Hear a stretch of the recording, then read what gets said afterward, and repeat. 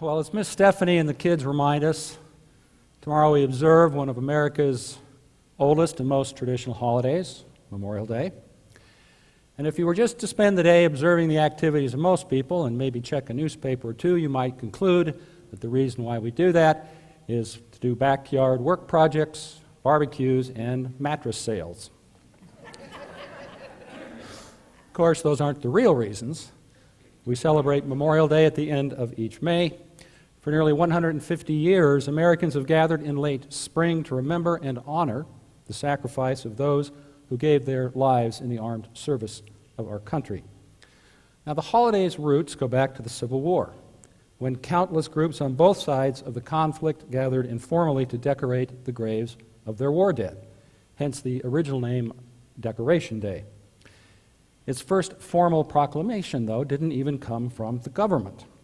3 years after the Civil War ended, General John Logan, commander of a Union veterans organization, called for every May 30th to be a solemn day on which soldiers' graves were strewn with flowers, a practice that goes back to at least the ancient Greeks.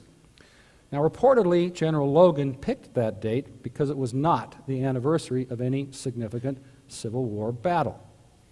General Ulysses S. Grant presided over the first ceremony that day on the veranda of Senior Confederate General Robert E. Lee's house in Arlington, Virginia, now the site of our famous National Cemetery. Although not then officially designated as a federal holiday in 1968, Congress decreed that the annual observation would be moved to the last Monday in May, regardless of the date, and from then on be known as Memorial Day. Now, believe it or not, that move was controversial. America was at the height of its engagement in the war in Vietnam, and some veterans groups were concerned that Americans would come to associate the day only with the first holiday of summer, rather than its intended purpose of honoring the nation's war dead. Go figure. But the changes stuck, and in 1971, Memorial Day was designated as an official federal holiday. Now, for more than 50 years, Decoration Day was largely focused on soldiers who had died during the Civil War. Beginning in 1918, with the end of World War I, which America entered 100 years ago last month, the observance of the holiday was generally expanded to include the dead from all U.S. military conflicts. Today, that number horrifically stands at about 1.1 million Americans. Now, sadly, the armistice of 1918 came a few weeks too late for Private Lars Lester Larson. Known as Lester by his family and friends, Private Larson hailed from Spanish Fork, Utah, the oldest son of an Danish pioneer family. At the age of 25, Lester was drafted into the United States Army and soon found himself in the middle of the Meuse-Argonne offensive, the last and largest battle of World War I. Now, drinking water was scarce in this hilly and forested region of France, so when Lester spied a stream in the bottom of a shallow ravine, he grabbed his and his buddies' canteens and he headed down into the draw. At that moment, a huge German artillery barrage rained down, filling the ravine with thunderous explosions. And when that terrible eruption ceased and the smoke had cleared, Lester Larson had become one of the 26,000 American soldiers who lost their lives in the Meuse-Argonne. Like many other American doughboys, Lester's remains were buried in France rather than returned to the States because his family could not afford the cost of bringing him home. 14 years later, the U.S. government organized an excursion to France for Gold Star mothers, those who had lost a son in battle, to visit the American cemetery near Verdun, where their sons were interred. Lester's mother, Mary Eleanor, never recovered from the loss of her eldest son, the one she said always made her laugh.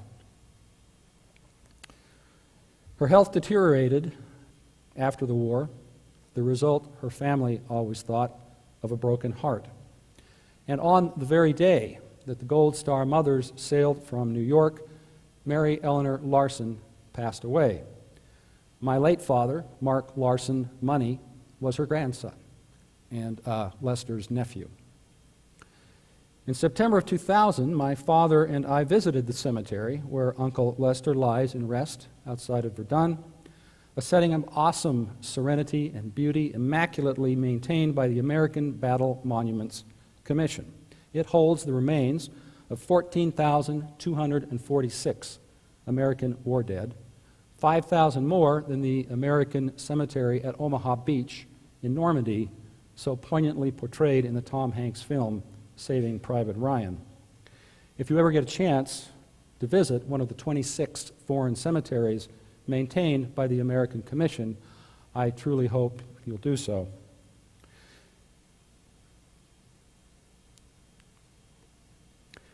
Amid seemingly endless rows of perfectly ordered Carrara marble crosses and Stars of David, we found Uncle Lester's memorial. My dad, a U.S. Army chaplain for 36 years and a veteran of the Korean conflict of 1950 to 53, said a very touching prayer over the grave. In a halting voice tinged with emotion, Dad thanked God for Lester's life, so tragically cut short, and for the freedoms we enjoy, because Lester and so many others have paid the ultimate price. You see, it doesn't have to be Memorial Day for any of us to remember and give thanks for that kind of sacrifice. But doing so, regardless of when and where, requires that we confront our feelings about our country's wars and the men and women we send to fight them. Arthur Kessler wrote, "The most persistent sound that reverberates through mankind's history is the beating of war drums." Indeed, the human experience thus far seems to belie Isaiah's prophecy 2,700 years ago that the people shall beat their swords into plowshares and learn war no more. In fact, some of the Bible's most prominent characters were warriors. Joshua, who enabled the Hebrews to claim their promised land by conquering Canaan. David, who morphed from shepherd boy musician into the exalted warrior king of Israel. Shortly before his death, Jesus told his disciples that before his second coming, the coming of the age, the end of the age, they would hear wars and rumors of wars, and that nation would rise up against nation. H.L. Mencken glumly put it this way: "War will never cease until babies begin to come into the world with larger cerebrums and smaller adrenal glands." Just in our lifetimes, wars have raged from Afghanistan to Zimbabwe. We have to face the sad prospect that war indeed may be with us until the end of the age. And what about the men and women who wage our country's armed conflicts? Today, most Americans support our troops, and upon meeting one, will often thank them for their service. But those of you who are about my age or older may remember that it hasn't always been that way. And even today, some people may wonder, if only to themselves, what motivates a person to volunteer for duties that may inevitably lead to destruction and death. Well, I believe that no one wants to avoid going to war more than the men and women who have to fight it. In 1862, Robert E. Lee observed this: "What a cruel thing is war, to separate families and friends, to mar the purest joy that God has granted us, to fill our hearts with hatred instead of love for our neighbors, and to devastate the fair face of this beautiful world." Lee's nemesis, Union General William Tecumseh Sherman, if less eloquent, was more blunt. "War," he said, "is all hell." This feeling seems to span generations of our nation's warriors. Dwight D. Eisenhower, the architect of Allied victory in World War II, said, "I hate war. I hate war as only a soldier who lived it can, only as one who has seen its brutality, its futility, its stupidity." General Norman Schwarzkopf, commander of coalition forces in the Persian Gulf War, declared that war is a profanity because, let's face it, You've got two opposing sides trying to settle their differences by killing as many of each other as they can." Unquote. Every service member I personally know, including those in the Special Operations Forces, about whom I spoke here last month, tell me that they serve in the military for a number of reasons, none of which includes a desire to experience destruction and death.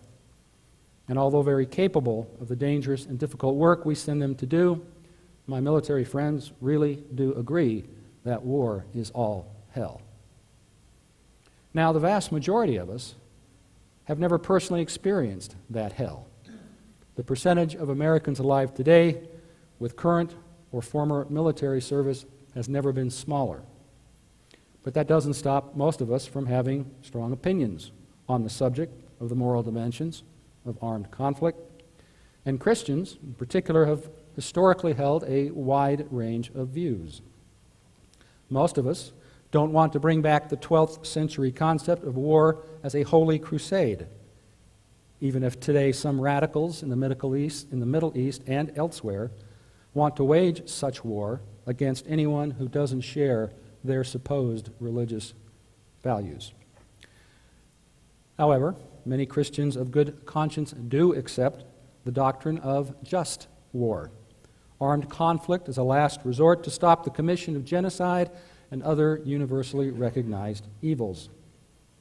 Other equally devout persons of faith observe the tradition of Christian pacifism, in which war is never a justifiable way to resolve conflicts. Now, the United Methodist Church has a statement of social principles, revisited every 4 years, which is intended to be a call to faithfulness, but not church law. Those principles unequivocally reject war as an instrument of national foreign policy, as being incompatible with the teachings of Christ. Thus, they say, quote, "We honor the witness of pacifists who will not allow us to become complacent about war and violence." The principles also acknowledge the belief of many Christians that, quote, "When peaceful alternatives have failed, the force of arms may regrettably be preferable to unchecked aggression, tyranny, and genocide." Now, regardless of which view of war is taken, for those individuals who do choose to serve in the armed forces, the principles support their right to receive, quote, "adequate care for injuries suffered and sufficient resources to meet their physical and mental needs both during and after service," unquote. And I hope that's something that we all can agree on. As I said, Memorial Day has its roots in the American Civil War of 1861 to 65. It defined the America we know today by preserving the Union and putting an end to America's original sin, as Jim Wallace, author of the book God's Politics, referred to slavery. And it was our country's deadliest conflict. At least 620,000 men lost their lives in the line of duty, 2% of the country's population. And if we applied that same percentage to the population of America today, it would result in the loss of some 6 million soldiers. In addition to these deaths, over 470,000 soldiers were wounded in the days before modern surgical techniques or even penicillin. All told, that's 17,000 more total American casualties than in World War II. President Abraham Lincoln gave one of his greatest and most theologically intense speeches at his second inauguration in March of 1865. In that speech, he said how strange it seemed that both sides in that horrendous conflict read the same Bible, prayed to the same God, and invoked God's aid against the other side. But, Jim Wallace notes, on this point, Lincoln was unlike many other American politicians, both then and afterward. Lincoln pushed the nation to look at its own sins in a time of crisis, to dig deep into our spiritual traditions, and instead of declaring that God is on our side, to worry earnestly whether we are on God's side. wise counsel, indeed. In that same speech, Lincoln gave special attention to the soldiers, both living and dead, of both sides. He urged his fellow Americans to have malice toward none, charity for all, and to especially care for him who bore the battle, and for his widow, and for his orphan. Nowhere was that care more needed than after the climactic battle of the Civil War in July 1863 in Gettysburg, Pennsylvania. After the battle, which generated the largest casualty count of the war, 51,000 killed and wounded, the small hamlet and surrounding farmlands lay in shambles. Wounded and dying men were crowded into nearly every home, barn, and building. Most of the dead lay in shallow, hastily dug graves or had not been buried at all. To help remedy this deplorable situation, the 17 acres outside of town were set aside as the Gettysburg National Cemetery, which I hope every American gets a chance to visit. The cemetery was dedicated on November 19, 1863, and the principal speaker was Edward Everett, considered one of the great orators of the day. His eloquent speech lasted 2 hours. Everett was followed by President Lincoln, who had been invited, seemingly as an afterthought, to make, quote, a few appropriate remarks. Lincoln's speech, which contains only 272 words and lasts about 2 minutes, transformed Gettysburg from a scene of appalling carnage into a national symbol, giving meaning to the sacrifice of the dead and inspiration to the living. In his book, Lincoln at Gettysburg, Gary Wills writes that Lincoln's words were desperately needed to disinfect the acrid air of Gettysburg. Now listen now to those words as portrayed in Ken Burns' outstanding 1990 film, The Civil War. And the beginning of this clip does include some scenes of the battle's casualties, so parents of young children may want to distract them.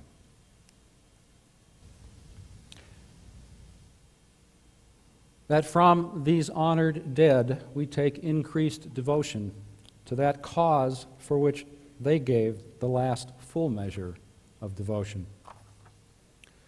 Senator John McCain, who spent 5 horrendous years as a prisoner of war in North Vietnam, observed that a person's values are measured by their commitment to a cause greater than their own interest. I believe that such a commitment is inherent in the work that our service men and women do and stand ready to do in the protection of life and liberty. Why? Because every member of the military, regardless of their branch of service or specialty, either is or might someday be called upon to sacrifice for our country, even to the point of giving the last full measure of devotion, as those we remember and honor tomorrow have done. I also believe that there is a spiritual aspect to that commitment, regardless of an individual's particular religious persuasion, if any. General Douglas MacArthur put it this way: above all others, he said, the soldier is required to perform the highest act of religious teaching, sacrifice. In the face of danger, the soldier demonstrates those divine attributes which were given by God. First and foremost among those divine attributes is love. No one has greater love, Jesus said, than to lay down one's life for one's friends. Jesus didn't just talk about this sacrificial love, he became the perfect model of it when he gave the last full measure of devotion to become our Christ. Now, acts of love may not be the first thing that many of us associate with service in America's armed forces. But think about the higher values that underpin such service: duty to a worthy cause, the honorable discharge of that duty, personal sacrifice for the common good, courage and persistence in the face of danger and difficulty. All of this for little personal gain. No one I know joined the military to get rich and famous. seems like a pretty good example of sacrificial love to me. A higher cause worthy of our increased devotion tomorrow and every day. In this second excerpt from Ken Burns' film, a Union soldier's letter home to his wife on the eve of battle poignantly shows the man's willingness to face the incredible personal toll of serving such a cause.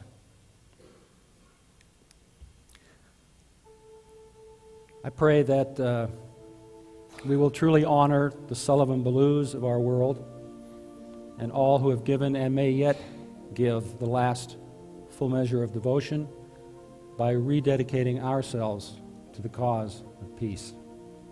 Amen.